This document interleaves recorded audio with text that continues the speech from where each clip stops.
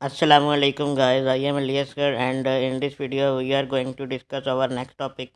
But before getting into our discussion, like the request of every YouTuber, it's my request for you to subscribe my channel and don't forget to hit the bell icon so you can get every new update from my channel instantly. Now let's move towards our topic without any further delay. Actually, our today's topic is the capacitors in series, as you can see at the top of your screen written in the green color. But before getting into its explanation, I would like to tell you that I have already uploaded a video on the capacitors in parallel, which you can watch by simply going into the iCard. Anyways, let's move towards our discussion without any further delay. Actually, in this combination, capacitors are connected side by side. Right plate of the capacitor is connected to the left plate of the capacitor, which is then connected to the right plate of the next one. As you can see in the diagram below, the wire coming from the battery, it may be either positive or negative, is first connected with the left plate of the capacitor number 1, then it is connected with the right plate. Same is the case with the capacitor number 2 and capacitor number 3. As you can see, all the capacitors have the different values of the capacitances. The capacitor number 1 has 0.1 microfarad, the capacitor number 2 has 0.2 microfarad, and 0.3 microfarad is the capacitance of capacitor number 3.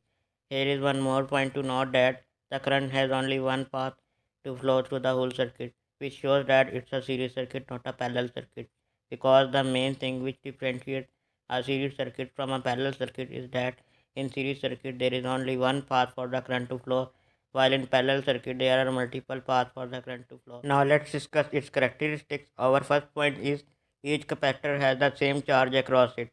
If battery supplies positive charge to the left plate of the capacitor, then due to induction, negative charge is induced on its right plate and positive charge on the left plate of the next capacitor, I mean capacitor number 2. Actually, in physics, charge is represented by the capital Q. Now let's discuss its mathematical expression. Mathematically, we shall write it as Q is equal to the Q1 is equal to the Q2 is equal to the Q3. Actually, Q represents the charges supplied by the battery. Q1 charges on capacitor number 1, Q2 charges on capacitor number 2, Q3 charges on capacitor number 3. And this expression shows that the charges on all the capacitors are equal to each other as well as to the charges supplied by the battery. Our second point is each capacitor has a different potential difference across it due to different values of the capacitances. The voltage divides among the capacitors. Actually, voltage or potential difference is the same thing, and in physics, capital V is used as a symbol for them. So its mathematical expression will be V is equal to the V1 plus V2 plus V3.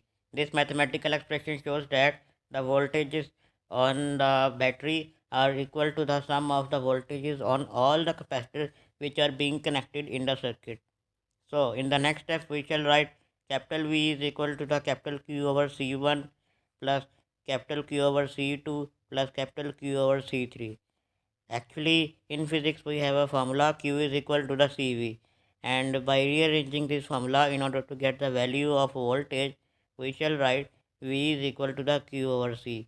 As you can see that the charges on all the capacitors are same, but their values of capacitances are different. So we shall write 1, 2 and 3 as the subscripts only with the capital C, not with the capital Q. In the next step, we shall write capital Q as the common, and we shall write capital V is equal to the capital Q into 1 over C1 plus 1 over C2 plus 1 over C3. In the next step, we shall write V over capital Q is equal to the 1 over C1 plus 1 over C2 plus 1 over C3.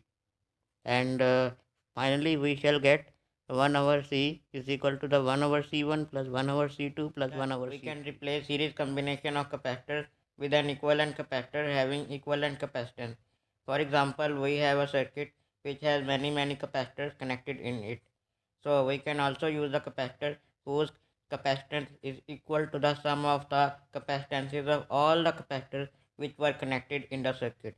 And the capacitance of such a capacitor will be termed as the equivalent capacitance. So we shall represent it mathematically as 1 over CEQ means the equivalent capacitance is equal to the 1 over C1 plus 1 over C2 plus 1 over C3. Now let's discuss our last point. In case of n capacitors, mean any number of capacitors, connected in series, we have 1 over C equivalent is equal to the 1 over C1 plus 1 over C2 plus 1 over C3 plus 1 over Cn, which means any number of capacitors. So it was our discussion of today. I hope you will benefit from my discussion.